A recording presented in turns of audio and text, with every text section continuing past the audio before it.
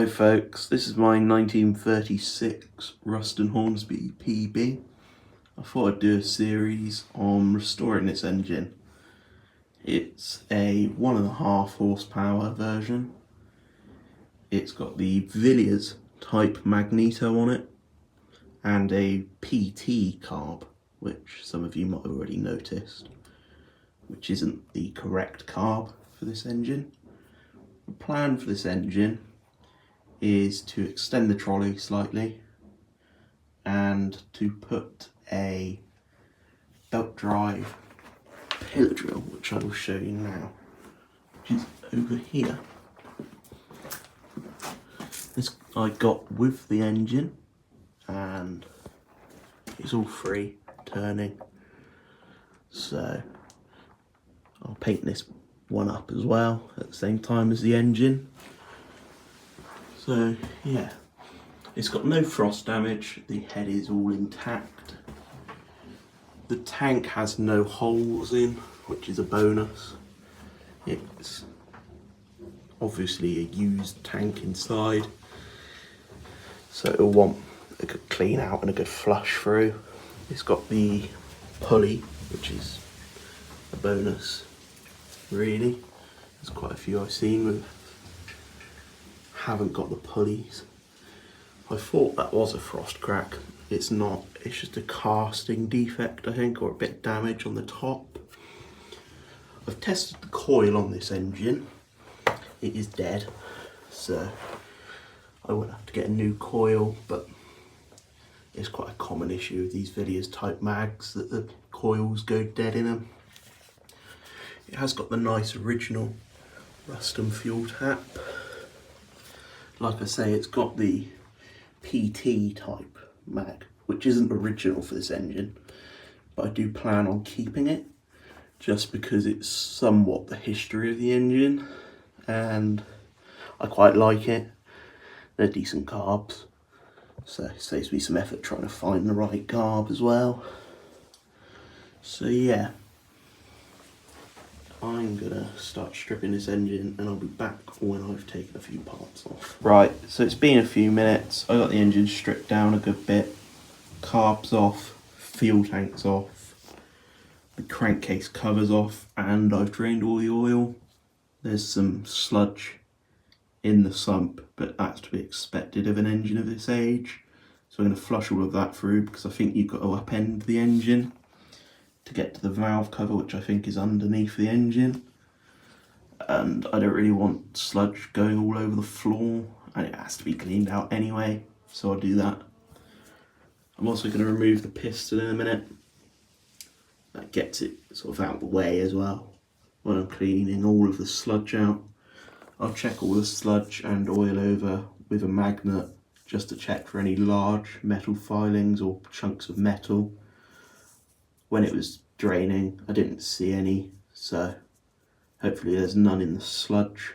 I'll be back once I've taken the piston out.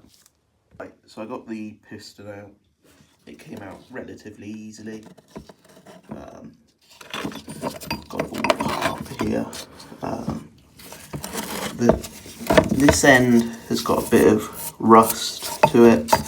It's probably easier to show you on this one. See just there, it's a bit pitted, so it'll want a good clean up. I think it'll clean up all right.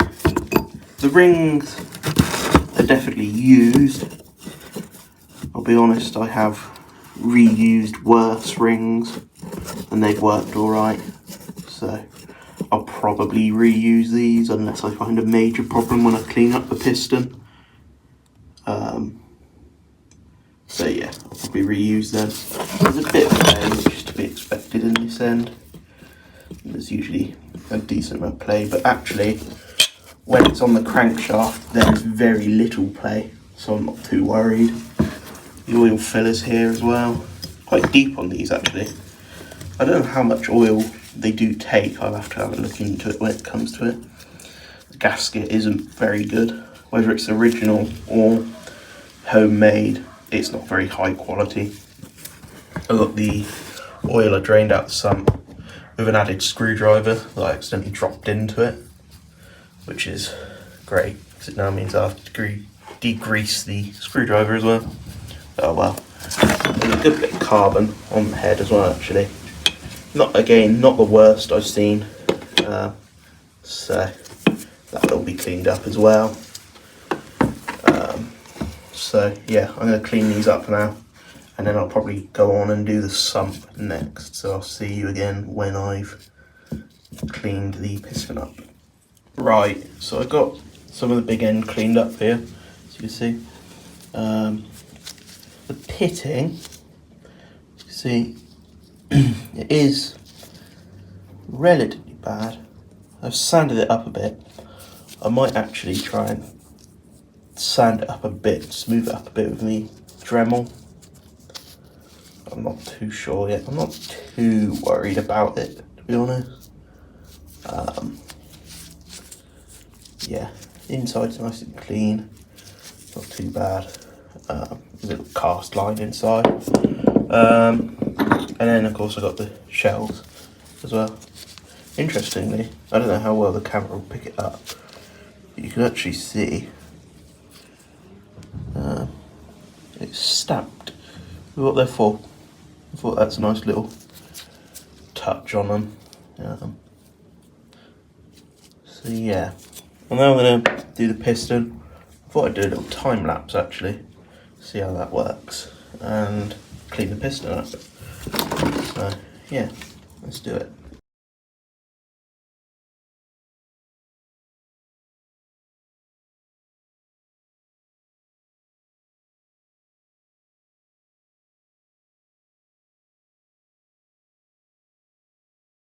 Right, so as you can see, the face of the piston cleaned up a good bit. You'll want a little bit more sanding. I'll go over it again. But like I said, there wasn't actually that much carbon on it.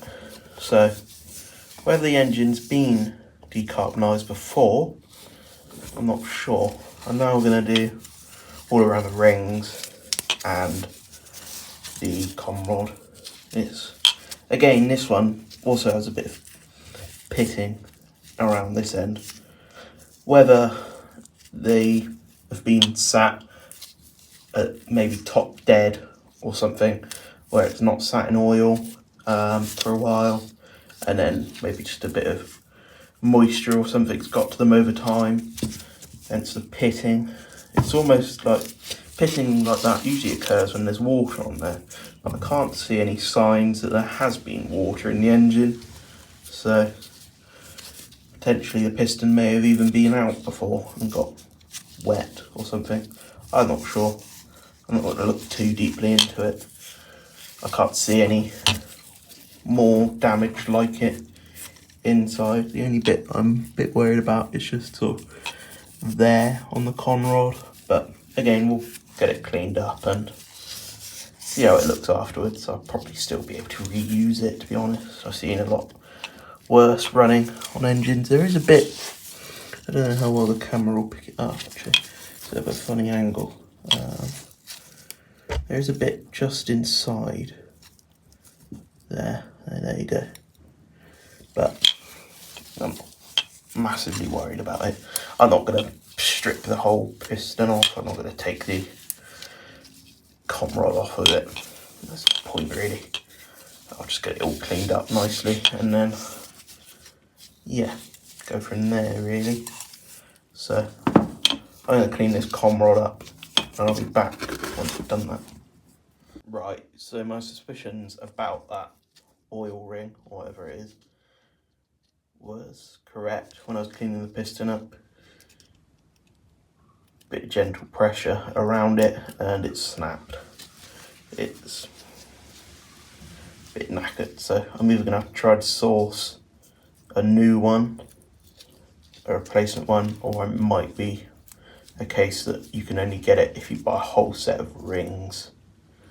So yeah, it's either going to be source the rings or potentially source a new piston with decent rings, depending on price. So yeah, not great, but glad it broke outside of the engine and not in the engine. Could have been a lot worse. So I'm now going to clean this oil filler up. The piston looks quite good actually, all cleaned up. There's a bit of heat scoring or something there, but nothing too bad. The conrod is a bit rusty and a bit pitted, so I'll just lightly sand it, I think, and then go over it with some WD-40 just to protect it. So yeah, I'm going to clean up this oil filler and I'll be back when I've done that. Right, so I got this one cleaned up now. There's a bit of gasket still left on it, but nothing a bit of sandpaper won't clean up. It wants cleaning up anyway for the new gasket. I'll empty this one out. This will be temporary parts washer until I can afford to get a new one, or a used one really. I'll check the oil next, check for any filings or large chunks of metal, and then I'll probably clean the sump out next. So yeah, I'll get on with that. So I've got my magnet here. I've just put it through the oil. You can see there's just a bit of gunk on the end of it. So I'm not worried at all about any in the oil. I'll check the sludge over next and get that all cleaned out of the engine.